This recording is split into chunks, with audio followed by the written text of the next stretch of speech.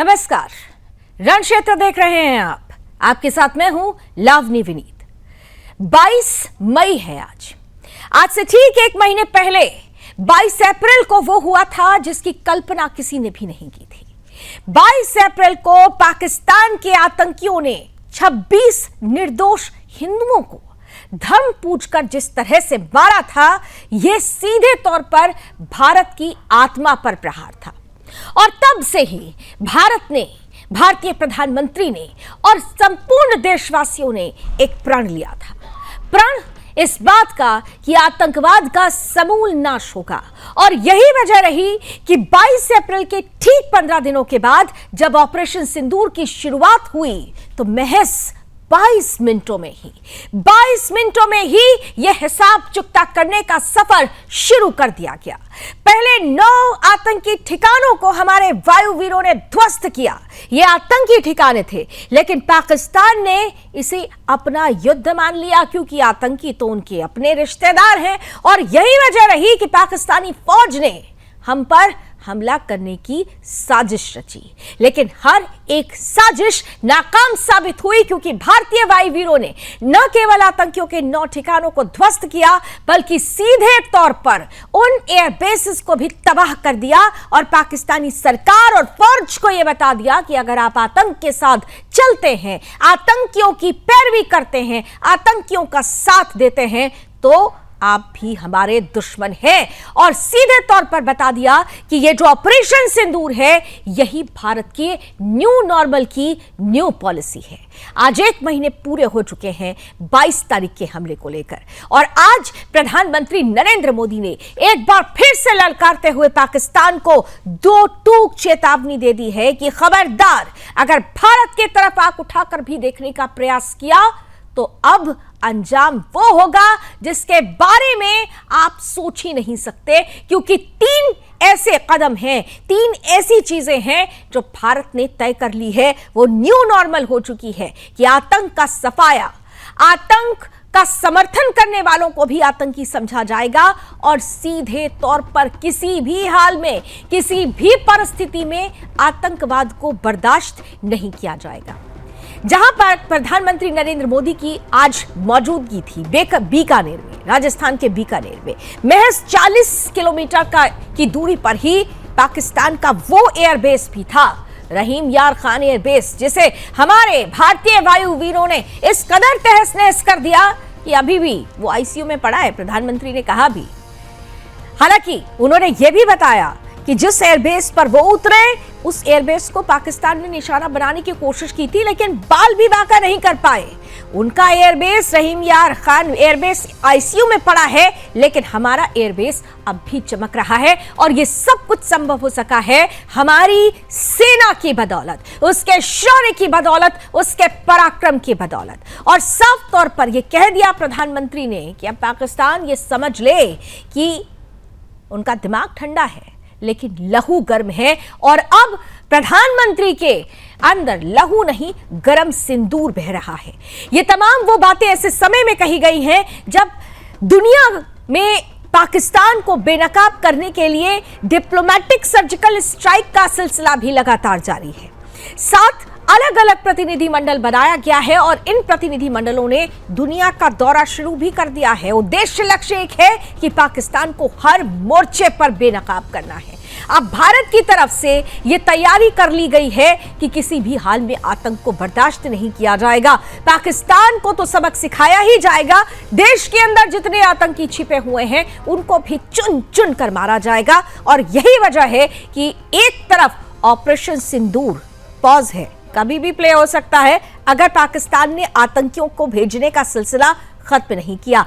दूसरी तरफ operation Keller के माध्यम से लगातार जम्मू कश्मीर के अंदर छिपे आतंकियों को चुन चुन कर ढेर किया जा रहा है। आज भी जैश के आतंकियों को 72 हुरों के पास पहुंचाया गया है, और यह ऑपरेशन अब भी जारी है। इन सब के बीच सवाल बड़ा ये उठ रहा है कि एक तरफ हमने अपना स्टैंड क्लियर कर रखा है, लेकिन 2 मोर्चों पर अभी हमारे सामने चुनौती है। चुनौती इस बात की कि अमेरिका सरीखे देश, जो अपने आप में इस पूरी परिस्थिति में चौधराहट दिखाने का प्रयास कर रहे थे, उनके लिए हमारी नई नीति क्या होगी, उन देशों के साथ हमारी नई नीति क्या होगी जिन्होंने छिपकर या फिर सीधे तौर पर प्रत्यक्ष या परोक्ष रूप से पाकिस्तान का साथ दिया है। और इसी के साथ साथ देश के अंदर की राजनीति जो उबाल माल रही है, जिस तरीके से कांग्रेस या दूसरी विपक्षी पार्टियों की तरफ से प्रतिक्रिया आ रही है, राष्ट्रहित पर राजनीति अगर हावी हो रही है, तो क्या यहां पर भी हमें कुछ नई नीतियां बनाने की जरूरत है? ये तमाम बातें होंगी आज रण क्षेत्र में। आज के अतिथियों से भी आपका परिचय कराऊंगी, लेकिन सबसे पहले आज की ये टीजर रिपोर्ट।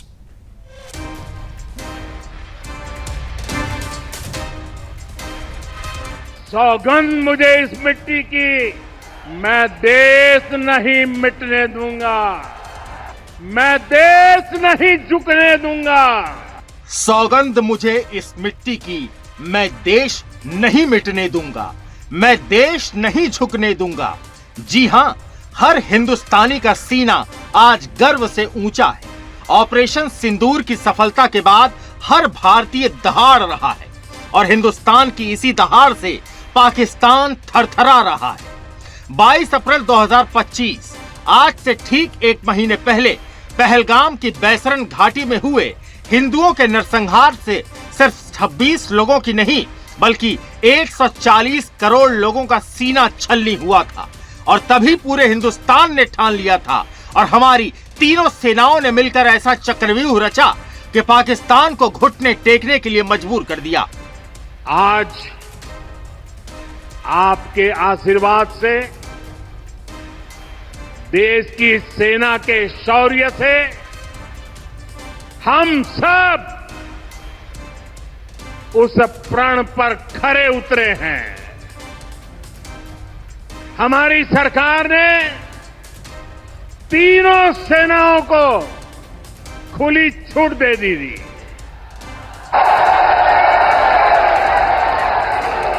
और तीनों सेनाओं ने मिलकर ऐसा चक्रव्यूह रचा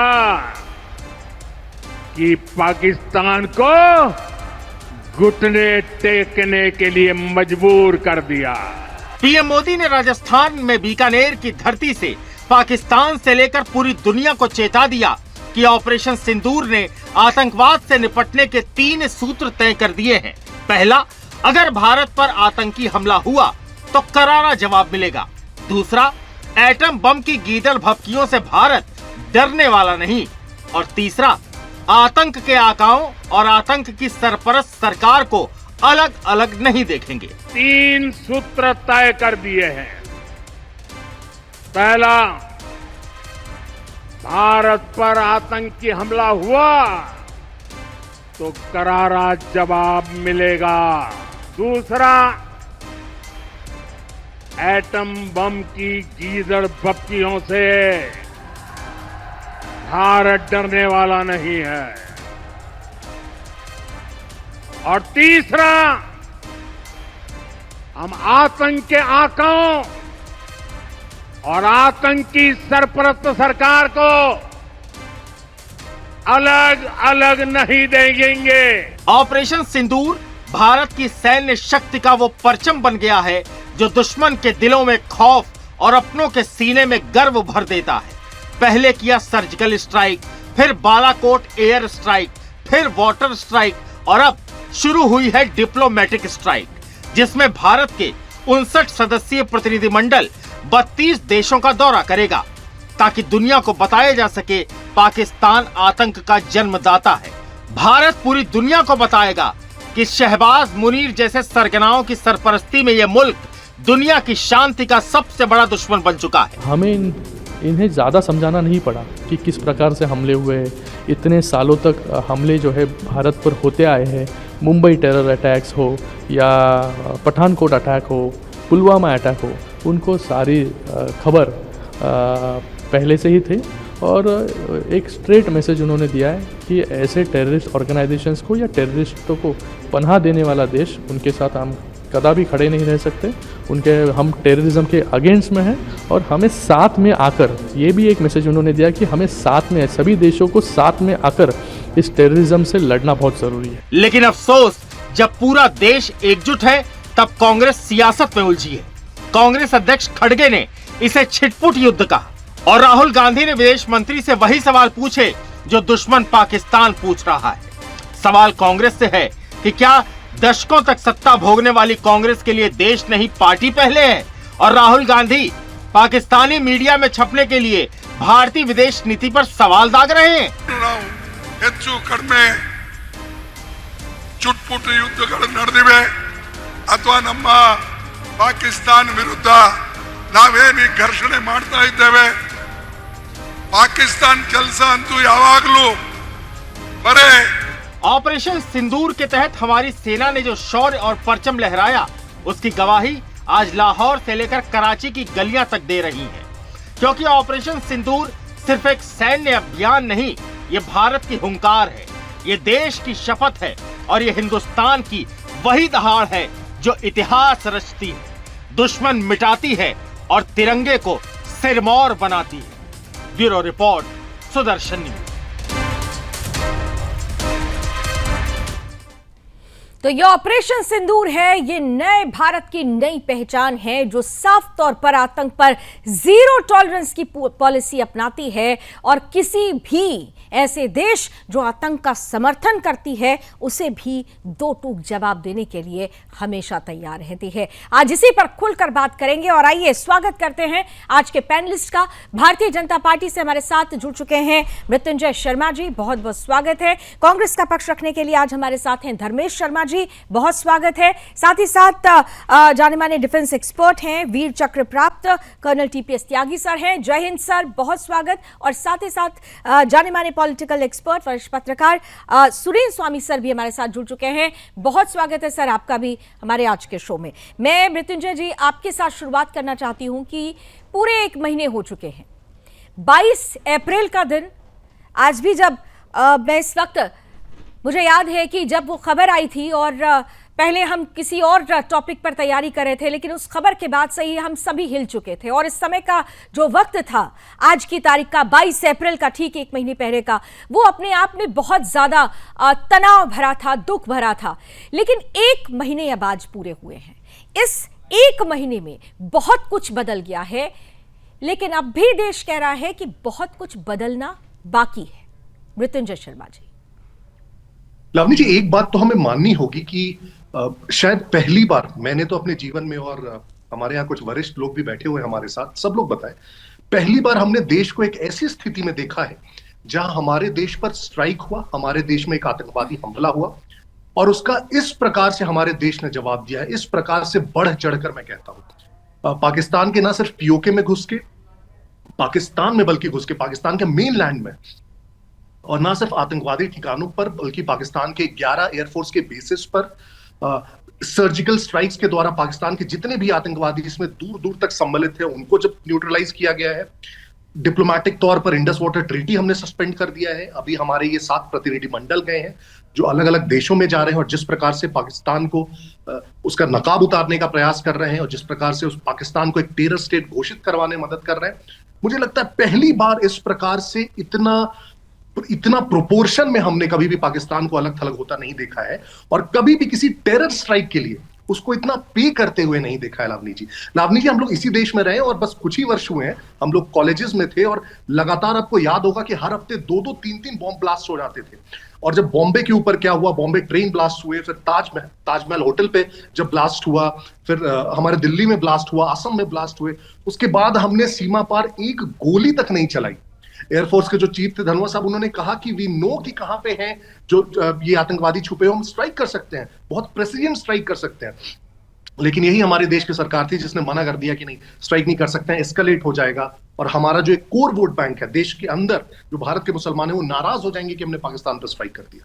तो मुझे लगता है एक देशवासी होने के नाते, पार्टी का प्रवक्ता तो सेकेंडरी हो गया लावनी जी, एक देशवासी होने के नाते मुझे आज बहुत गर्व होता है कि मेरी सरकार एक ऐसी सरकार है कि अगर इस देश के नागरिक को कहीं भी जान माल की क्षति होगी तो ये देश ऐसा जवाब देगा दुनिया के किसी भी देश को कि उसे याद रखा जाएगा। और इस प्रकार का जब कॉन्फिडेंस देश के नागरिक में आ जाता है लावनी जी, आपको अपना देश के प्रति जो सम्मान प्यार है वो बढ़ जाता है आपको। और मेरे लिए ये बहुत एक आप जो बोल रहे हैं कि 22 तारीख, उस 22 से लेकर इस 22 में ये कॉन्फिडेंस मेरे अंदर आया। मुझे अब लगता है कि मेरा देश सैन्य शक्ति में, डिप्लोमेटिक शक्ति में आज दुनिया की किसी भी देश से इसमें कोई पीछे दो राय नहीं है कि वो कॉन्फिडेंस और वो एकता हमने देखी। देश एक साथ उठ खड़ा हुआ, वो भी खड़े हो गए इस आतंक के विरोध में जिनसे हमने कभी उम्मीद भी नहीं की थी। लेकिन एक चीज तो आप मानेंगे ना, मैंने जैसे कहा कि अभी बहुत कुछ करना बाकी है।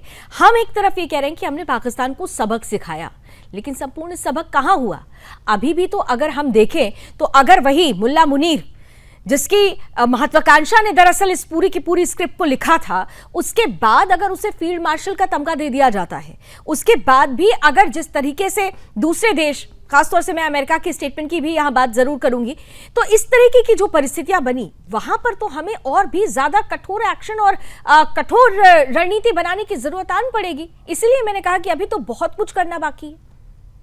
लावनी जी, मैं आपकी बात से बिल्कुल सहमत हूं और मैं कहूंगा देश के एक नागरिक होने के नाते पहली बार मुझे इस सरकार से वो विश्वास और अपेक्षा भी है।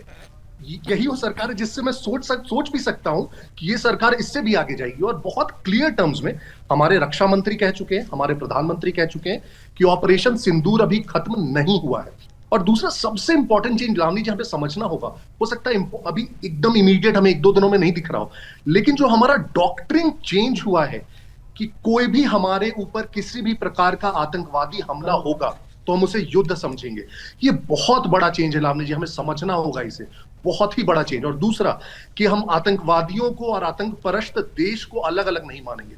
ये डॉक्ट्राइन चेंज हमें लाने में 75 साल लगे आजादी से लावनी जी, और इस डॉक्ट्राइन चेंज इटसेल्फ को मैं बोलता हूं कि इंडिया का जो एक आउटलुक है, जिस प्रकार से पूरा विश्व इंडिया को देखता था, वो कंप्लीटली चेंज हो गया है। अब पाकिस्तान की हिम्मत नहीं होगी भारत में एक बॉम्ब ब्लास्ट करने की भी, क्योंकि उसे पता है कि वो स्टेटेड पॉलिसी है कि बॉम्ब ब्लास्ट हुआ और पता चल गया कि उधर से आतंकवादी आए हैं तो it is an act of declaration of war. तो अब वो शायद हिमाकत ना करे। जो इंडस वाटर ट्रीटी की जो हालत है आज, अब क्लियर टर्म से बोल दिया गया है कि जब तक आपके यहाँ एक भी आतंकवादी या एक भी उधर से आतंकवाद की गतिविधि होगी, आपके यहाँ पानी नहीं जाएगा।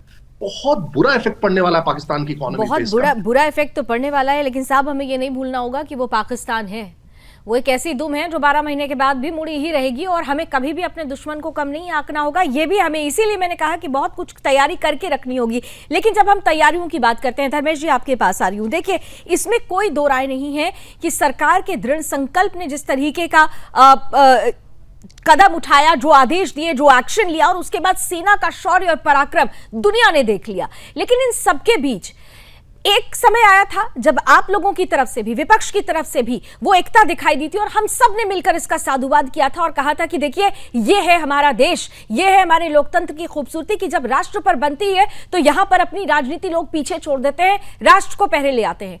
लेकिन 1 महीने भी नहीं बीते थे इस बात को, महज कुछ दिनों के अंदर ही फिर से वो राजनीति ऊपर, राष्ट्रनीति पीछे हो गई।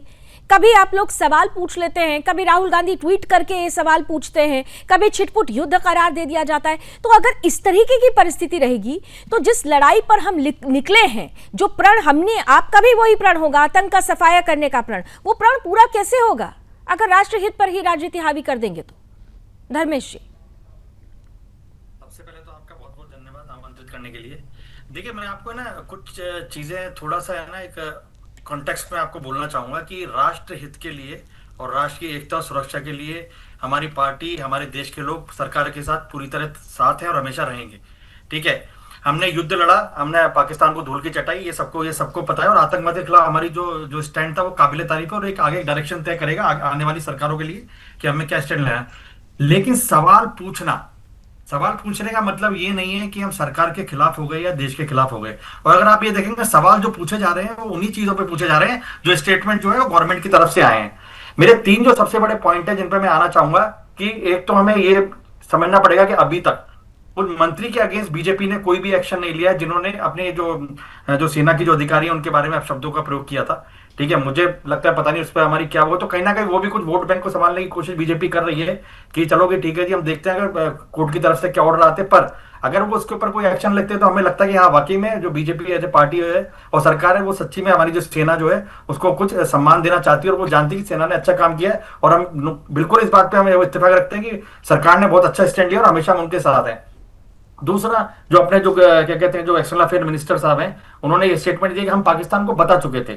ठीक है, आप बिलीव नहीं करेंगे, हमको आज भी as a party, as a citizen ये कंफ्यूजन है कि ये स्टेटमेंट क्यों आया, क्योंकि इसकी जरूरत नहीं थी। ठीक है, बताया नहीं बताया। और तीसरा सबसे इंपॉर्टेंट चीज ये है कि हम आतंकवाद से लड़ने के लिए अपने आप को तैयार कर रहे हैं, पर आप एक बार समझिए, पाकिस्तान का अगर आप हिस्टोरिकल वो देखेंगे, हारा हुआ पाकिस्तानी वापस आता है और ज्यादा ताकत से अटैक करने की कोशिश करता है। लेकिन सरकार की नीति कहीं भी आतंकवाद से निपटने के लिए, आतंकवाद को कैसे रोका जाए, ठीक है, आतंकवाद पे किस तरह के स्टैंड लिए जाए, उस पर डिस्कस नहीं कर रही है। वो ये बोल रही है कि आतंकवाद अगर बढ़ेगा तो हम पाकिस्तान पे हमला कर देंगे, पाकिस्तान का युद्ध करेंगे। हमें ठोस नीति बनानी पड़ेगी कि हमारा जो पड़ोसी देश है उसको किस तरह से इस स्थिति में लाया जाए कि वो कभी आतंकवाद को हमारे देश में बढ़ाने के लिए सोचे नहीं। और तीसरा सबसे इंपॉर्टेंट, हमारे पास बहुत अच्छा मौका था कि पाक ऑक्यूपाइड कश्मीर को हम अपने कब्जे में ले लें। अभी भी मैं आपको कहता हूं, हमारा स्टैंड सिर्फ यही होना चाहिए कि किस तरह हम पाक ऑक्यूपाइड कश्मीर को अपने पास लें। बिकॉज पाक ऑक्यूपाइड कश्मीर नाम का वर्ड जो है कहीं भी डिक्शनरी में, कहीं भी डिप्लोमेटिक सर्किल में, कहीं भी किताबों में होना ही नहीं चाहिए। धर्मेश जी, मुझे दो बातें जरा समझा दीजिए आप, और उसके बाद आपके तमाम जो सवाल है इसका काउंटर आंसर जरूर मैं मृत्युंजय जी से लूंगी, लेकिन दो बातें जरा आप समझाइए। आप लोग ये बार बार कह रहे हैं, आप लोग ये कह रहे हैं, नहीं मैं लूंगी आंसर मेरा, लेकिन सवाल सुन लीजिए, मैं जरूर जवाब लूंगी इसका, लेकिन मेरा सवाल सुनिए। आप लोग बार बार कह रहे हैं कि आप तो राष्ट्रीय हित की बात करते हैं, लेकिन जिस तरीके से सवाल पूछना विपक्ष का अधिकार है, लेकिन सवाल पूछने का तरीका और सवाल पूछने की जगह ये बहुत अलग चीज होती है। आपने सवाल कहां पूछा? सोशल मीडिया प्लेटफॉर्म पर। आपको संसदीय समिति में जब ब्रीफिंग हो रही थी तब आपको सवाल पूछना चाहिए था। जरूरी है कि हर बात सार्वजनिक मंच पर आकर पूछी जाए। दूसरी बात, मेरा पूरा सवाल होने दीजिए धर्मेश जी, मेरी पूरी बात सुनिए, मेरी पूरी बात सुनिए, उसके बाद आप जवाब दीजिएगा। दूसरी बात, आप लोग विदेश मंत्री के स्टेटमेंट को कोट करते हैं, लेकिन आप लोगों को राजीव घई साहब का स्टेटमेंट क्यों नहीं याद रहता है, डीजीएमओ साहब का स्टेटमेंट क्यों नहीं याद रहता है, जो विदेश मंत्री के स्टेटमेंट के पहले आया था वो प्रेस कॉन्फ्रेंस क्यों नहीं याद रहती? मतलब हर बार आप लोग सेलेक्टिव अप्रोच लेकर चलेंगे और फिर कहेंगे जी हम तो राष्ट्रीय पार्टी हैं, हम राष्ट्र से ऊपर सोचते भी नहीं है। धर्मेश जी देखिए, आप एक बात समझिए भैया, ठीक है, विदेश मंत्री जी ने जो स्टेटमेंट दिया है, ठीक है, हम उस स्टेटमेंट पे इसलिए तो सवाल उठा रहे हैं कि जो हमारे डीजीएम है उन्होंने जो स्टेटमेंट दिया उसको वो कॉन्ट्रडिक्ट करता है। ठीक है, हम तो सिर्फ ये कह रहे हैं कि स्टेटमेंट का जरूरत क्या था, सवाल उठे। दूसरी बात, हम अगर अपने देश में सवाल नहीं पूछेंगे, ठीक है, तो हम कहां जाके पूछेंगे? आप बताइए। देश में पूछिए, लेकिन देश में आपके सवाल सार्वजनिक मंचों पर फिर क्यों आते हैं? आप सरकार से पूछिए ना। मैं कह तो रही हूँ कि संसदीय समिति इसीलिए तो ब्रीफिंग की गई थी, इसीलिए तो बार बार सर्वदलीय बैठक भी बुलाई गई थी। उसके बाद भी सर्वदलीय बैठक बुलाई। आप लोगों के पास बहुत सारे तरीके हैं प्रश्न पूछने के। आप लोग ये क्यों नहीं समझते कि आप लोगों के सवाल ये गलत नहीं है? आप सवाल पूछिए, लेकिन आपके सवाल वहां पाकिस्तान में ही उसको बेस बनाया जा रहा है, उसी को लेकर किस तरीके से बड़बोली दिखाई जा रही है दुनिया में। बोलने दीजिए ना, पाकिस्तान को बोलने दीजिए, हमें उससे क्या फर्क पड़ता है? जो देश अपने यहाँ पे हारे हुए आदमी को फील्ड मार्शल बनाता है, हमें उससे क्या फर्क पड़ता है? पाकिस्तान तो हमारे स्टेटमेंट को उठाएगा, हमें हमारे देश के अंदर बात करनी है। आज आप कह रहे हैं फर्क नहीं पड़ता, और आप भूल गए आपके ही नेता थे ना मणिशंकर अय्यर साहब, बैठ गए थे पाकिस्तान के टीवी चैनल पर और लगे थे हमारी सरकार पे और मोदी सरकार को हटाने के लिए। क्या बात करते हैं साहब, आप लोग कभी स्टैंड पर क्लियर नहीं रहे।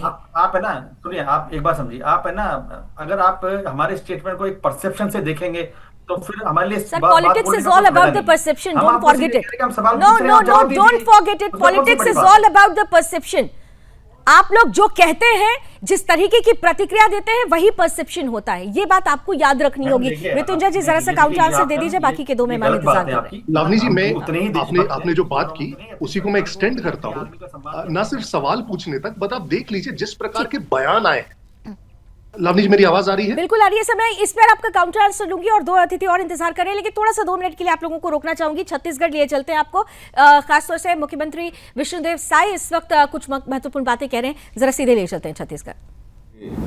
लोग हैं उनको भय, हिंसा और असुरक्षा के माहौल में जीने के लिए विवश किया है और उन्हें स्वास्थ्य, शिक्षा जैसे मूलभूत सुविधाओं से भी वंचित इस नक्सलवाद ने कर दिया है।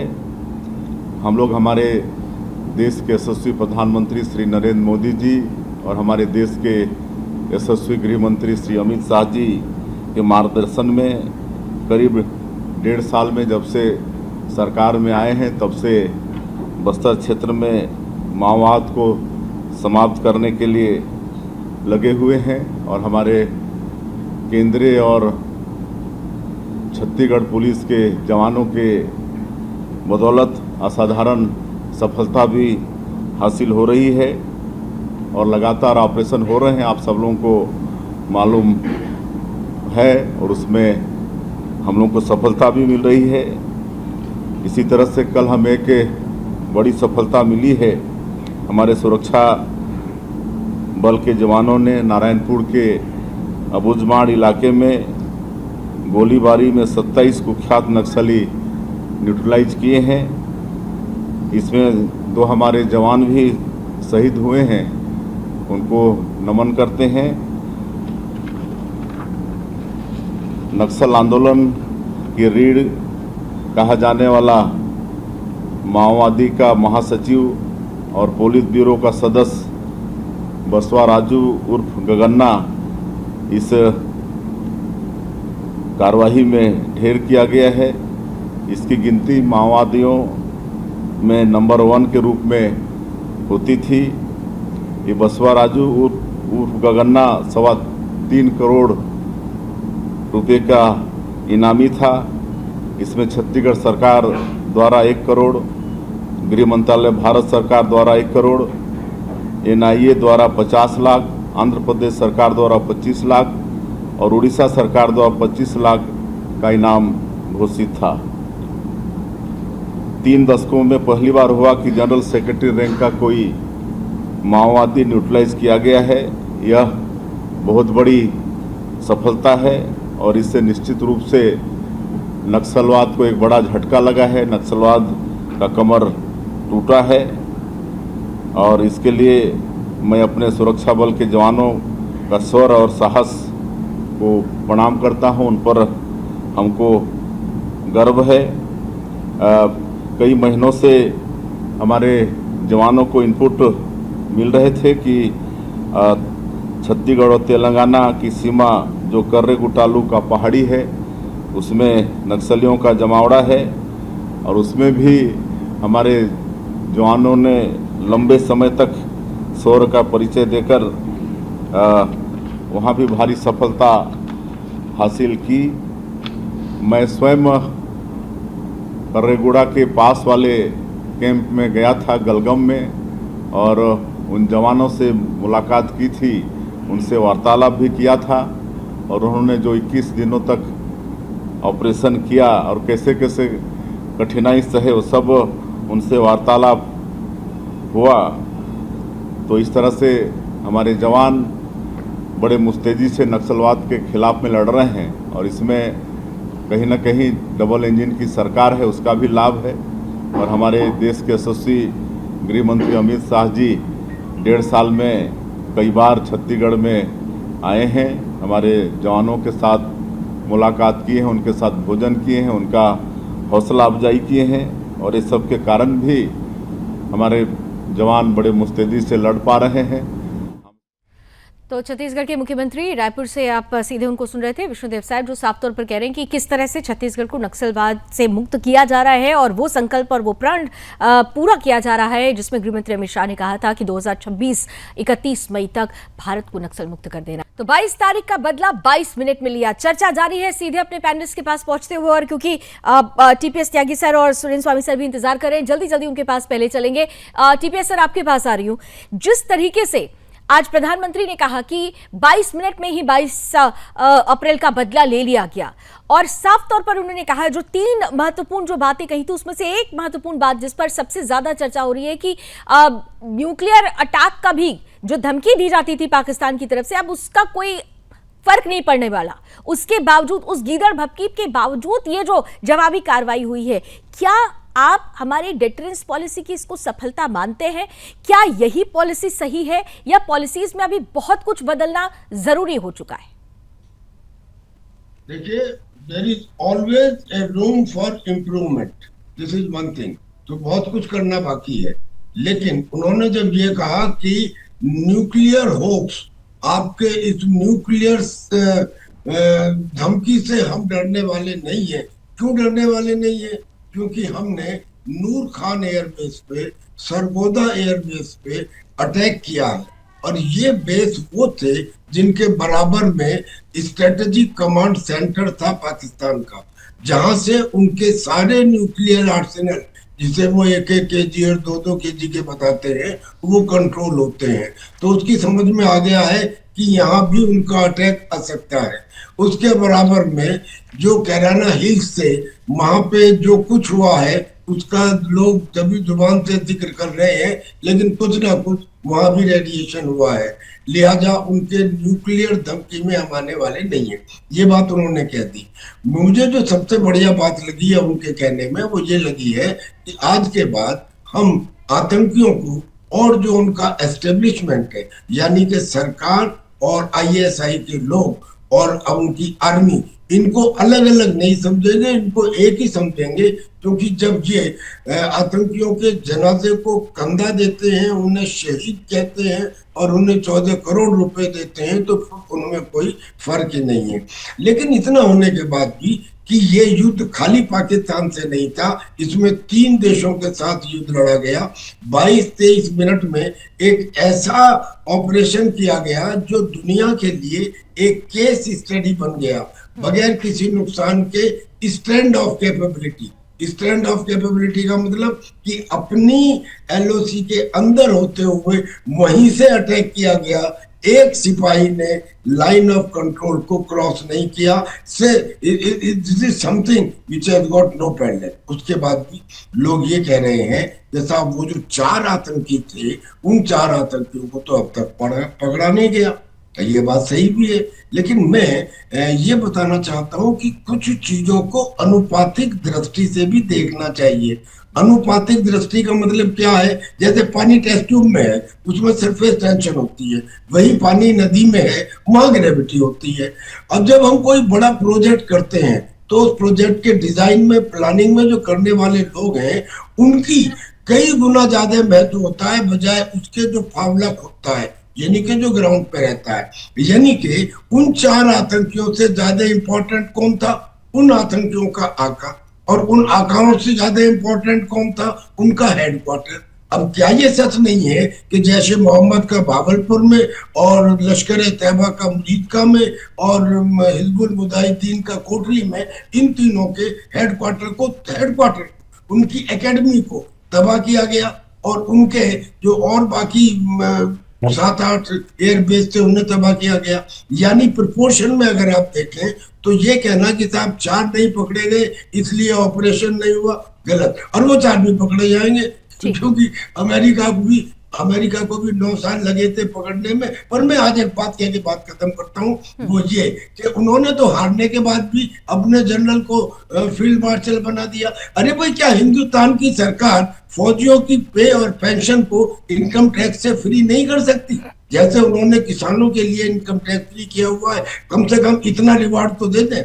मैं लावनी जी, इसके बाद में आपसे इजाजत। ठीक है, चलिए, बहुत बहुत धन्यवाद, आप हमारे साथ जुड़े। लेकिन इतना जरूर है कि देखिए, एक सवाल जरूर छोड़ के गए हैं वो मृत्युंजय जी के लिए, उसका जवाब मैं जरूर लूंगी। लेकिन सुरेंद्र स्वामी जी, जो बात अभी कर्नल सर कह रहे थे कि अनुपातिक दृष्टि से भी चीजों को देखने की आवश्यकता होती है, और यही जरूरत है आज की। हम अगर सिर्फ ये कहें कि भाई पीओके क्यों नहीं ले रहे हैं, तो ये सोचना होगा कि इसके लिए भी एक स्ट्रैटेजी है। हम कह देते हैं कि पाकिस्तान को सबक नहीं सिखाया, और दूसरी तरफ विपक्ष जिस तरीके से अपनी प्रतिक्रिया दे रहा है, ये तमाम जो चीजें हैं ऑल एंड ऑल अगर मिलाकर देखें, तो क्या आपको लगता है कि आज की तारीख में सरकार ने जो किया वो अभी उस स्तर पर नहीं पहुंचा है जिस स्तर की उम्मीद हर कोई करने पर हर कोई उस स्तर को लेकर उम्मीद कर बैठा है कि अभी तो बहुत कुछ होना था, बहुत करने की जरूरत है? ऐसा मानते हैं क्या आप, सुरेंद्र स्वामी जी? देश की जनता है जी, देश की जनता में आक्रोश बहुत अधिक था। इतनी बार लावनी जी पिछले 30 सालों में पाक स्पॉन्सर्ड इस टेररिज्म में बहुत हमले हुए हैं। मुंबई का भी हमला हुआ है, पुलवामा भी हुआ है, और भी हुए हैं। और यूपी के टाइम में आपको मालूम है कि हर बाजार में, सिनेमा हॉल में, सब जगह लोग मरते थे। लेकिन उतना आक्रोश एक साथ पूरे देश में कभी नहीं हुआ जो इस बार हुआ। और इसलिए पूरा जो देश था उसको ये लग रहा था लोगों को कि ये उनकी आत्मा पर प्रहार किया गया है। तो उसको देखते हुए वो एक जो आक्रोश था, एक जो गुस्सा था, वो ये चाहता था कि पाकिस्तान को बिल्कुल नेस्तनाबूद कर दिया जाए। तो इसमें तो कोई दो राय नहीं है कि लोगों का ये मन था आपकी बात, और सबके मन में था। हम ये नहीं कह सकते कि भाई साउथ में नहीं था, नॉर्थ में नहीं था, या वेस्ट में था, या जहाँ के लोग थे वहीं। पूरे देश में पूरा एक माहौल बना हुआ था, हर समाज में बना हुआ था, सब लोगों के मन में बना हुआ था। तो उस हिसाब से हम देखें तो उम्मीदें लोगों की ये थी।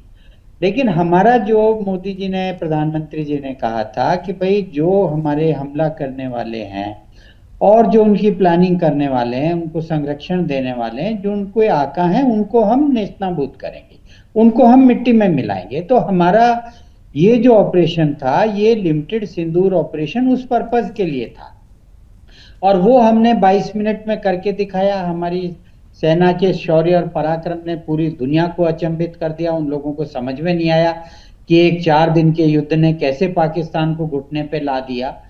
तो उस स्थिति में जब ये हालात हमने बन गए कि उनको हमने पहले दिन ही कहा था, अगर आप सारी ब्रीफिंग सुने देश के विदेश मंत्री का, सबने ये कहा कि हमारा पर्पस था, हमने आर्मी से हमने हमले नहीं किए। पहले दिन की बात बता रहा हूं मैं, जो 22 मिनट में आते ही जो रात को 1:45 बजे सारा काम हो गया था, और हमने वहां के लोगों पे किया है, और यही हमारा पर्पस था, और हमने जस्टिस सर्व कर दिया।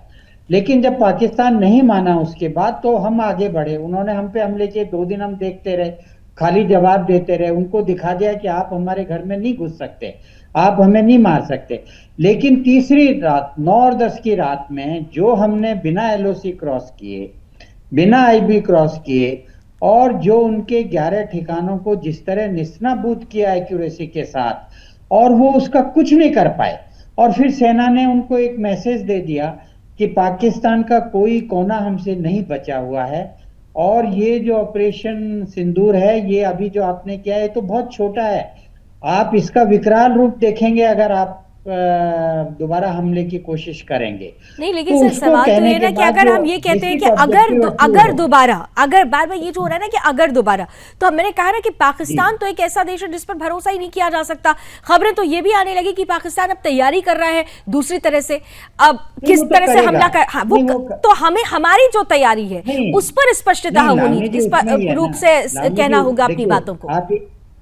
लावनी जी एक बात समझिए आप, क्या होता है कि अभी तक ये जानते हुए कि पाकिस्तान स्पॉन्सर्ड टेररिज्म है, हम कभी सरकार को जिम्मेदार नहीं ठहरा पाए, सरकार के खिलाफ एक्शन नहीं ले पाए। लेकिन अब हमारी जो डॉक्ट्राइन डिक्लेयर हो गई है, पूरी दुनिया को हमने बता दी है, पब्लिक को बता दी है, पाकिस्तान को बता दी है कि अब हम आतंकी और आतंकी परस्त सरकार में कोई भेद नहीं करेंगे। इसका मतलब यह है कि अब की बार हमला होगा तो वो जनरल मुनीर के आर्मी हेडक्वार्टर पे भी होगा, वो आतंकियों के हेडक्वार्टर भी होगा, और अगर मुनीर प्रेसिडेंट हाउस में बैठे होंगे तो वहां भी होगा। ये डॉक्ट्राइन का आप समझिए, इस डॉक्ट्राइन का बहुत क्लियर मीनिंग है कि पाकिस्तान की सरकार अब बच नहीं सकती। अगर वो हम पे कोई भी इस तरह का स्पॉन्सर टेररिज्म करेगी तो दे शुड बी रेडी। तो यही बताना है, ये तो बताना तो है, लेकिन सवाल बड़ा ये है, मैं बिल्कुल आपके ही पॉइंट को थोड़ा आगे बढ़ाकर लेकर जाऊंगी मृत्युंजय जी के पास, लेकिन सवाल ये है कि हम किन्हें बताने वाले हैं? उन्हें जो बैक दे रहे थे, बैकअप बने हुए थे पाकिस्तान का, हम अमेरिका जैसे देशों को ये बताएंगे जो जिसका स्टेटमेंट कभी आता है कि हमने मध्यस्थता की, कभी कहेगा कि हमने मदद की, फिर कह देता है कि हमने मध्यस्थता की। हम किसे बताएंगे? हम उन देशों को बताएंगे जो ड्रोन भिजवा रहे हैं, उन देशों को बताएंगे जिन्होंने अपना वर्ल्ड ऑर्डर में एक लॉबी बन रही है। सवाल तो हमें मृत्युंजय जी तय करना होगा ना कि हमें अपनी लड़ाई खुद तय करनी है, हमें अपनी लड़ाई खुद लड़नी है, और इसीलिए हमें ही अपने लिए ड्रॉ लाइन करनी होगी, एक उस पर हमें क्लियर रहने की जरूरत है। लावनी जी, मैं आपकी बात से सहमत हूं, और मैं एक बात बस आपको कहना चाहूंगा कि हम और आप जो भी बात कर रहे हैं, चाहे कुछ और लोग POK लेने की बात कर रहे हैं और तगड़ा रिस्पॉन्स की बात कर रहे हैं, लेकिन देखिए हम लोग सब ये बात भी सिर्फ इसलिए कर पा रहे हैं क्योंकि ये जो वर्तमान सरकार है, इससे हमें इतना भरोसा है कि कर सकती है तो यही सरकार कर सकती है। आप देख लीजिए, उरी या पुलवामा के पहले कभी हमने सपने में भी नहीं सोचा था कि भारतीय सेना POK क्रॉस करके स्ट्राइक कर सकती है, पाकिस्तान के अंदर जाके सर्जिकल स्ट्राइक कर सकती है।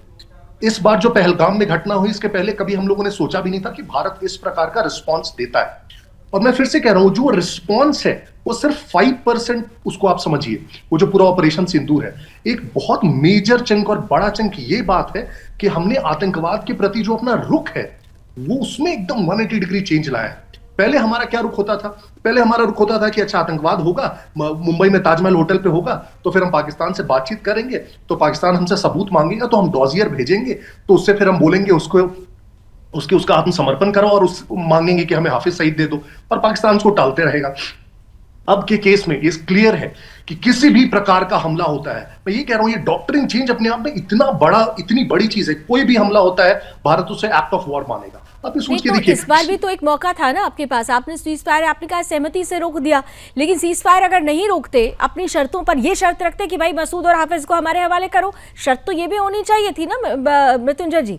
सवाल लावनी जी, किसी भी प्रकार के सीज फायर में और दो देशों के बीच जब इस प्रकार की बात होती है तो हमें और आपको बहुत सारे डिटेल्स नहीं पता होंगे, बहुत सारे ऐसे डिटेल्स होंगे तो जो दोनों टेबल के दूसरे साइड है उसके अलावा किसी को भी नहीं पता होगा।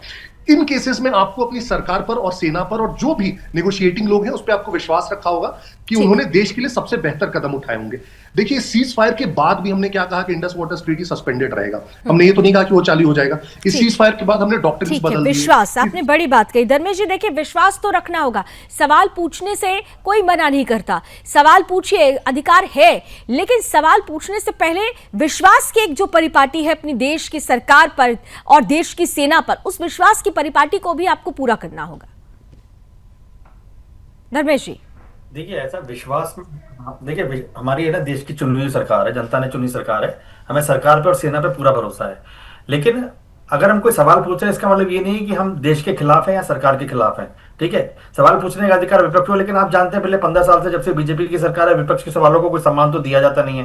ठीक है, कहीं भी विपक्ष के लोगों को बोलने का मौका नहीं दिया जाता है, तो हमको फिर अलग अलग तरीके के प्लेटफॉर्म के थ्रू बोलना पड़ता है। लेकिन मैं आपको बार बार ये कहना चाहता हूँ कि हम सरकार के साथ हमेशा साथ हैं और रहेंगे आतंकवाद के मुद्दे पर। विपक्ष को बोलने नहीं दिया जाता था तो आप लोगों को आमंत्रण देकर सर्वदलीय बैठक बुलाते ही नहीं, बताते ही नहीं, ये कहते ही नहीं, जरूरत ही नहीं होती आपकी। सरकार ने तो खुला दिल मान के देश को एक माना, आपको भी एक माना। सरकार का दायित्व बनता है। बोलिए बोलिए। ठीक है, मेरा सिर्फ ये कहना है कि सवालों के सवाल पूछे तो जवाब देना, सीधी सीधी बात है। घुमाने से चीजों को कोई फायदा नहीं है। हम कभी ये नहीं कहते कि हमारे विश्वास में कमी है सरकार के प्रति या देश के प्रति या आर्मी के प्रति, सेना के प्रति, लेकिन सवाल पूछ रहे तो आप जवाब दीजिए। मन में उठ रहे तो आपका काम है ना सवालों का जवाब देना। पर ठीक है, ये सरकार का नीति रहा है कि विपक्ष पूछेगा तो जवाब देने का जरूरत ही नहीं है। नहीं तो सवाल पूछिए, मना कौन कर रहा है? मैं तो पहले शुरू से कह रही हूँ कि सवाल पूछिए, लेकिन आप सोशल मीडिया पर मत पूछिए ना, बहुत तरीके हैं पूछने के। आप जब सवाल पूछते हैं बताइए कितने जेट्स को नुकसान पहुंचा है, तो सीधे तौर पर वहां पर वो बातें जो पाकिस्तान की मीडिया कह रही है, पाकिस्तान के लोग कह रहे हैं कि हमने नुकसान पहुंचाया, उनको आप बल देते हैं। सवाल सबसे बड़ा ये है कि सवाल कहां पूछा जाए, ये महत्वपूर्ण है। बहरहाल समय मुझे इतनी ही अनुमति देता है। बहुत बहुत धन्यवाद, आप सभी हमारे साथ जुड़े।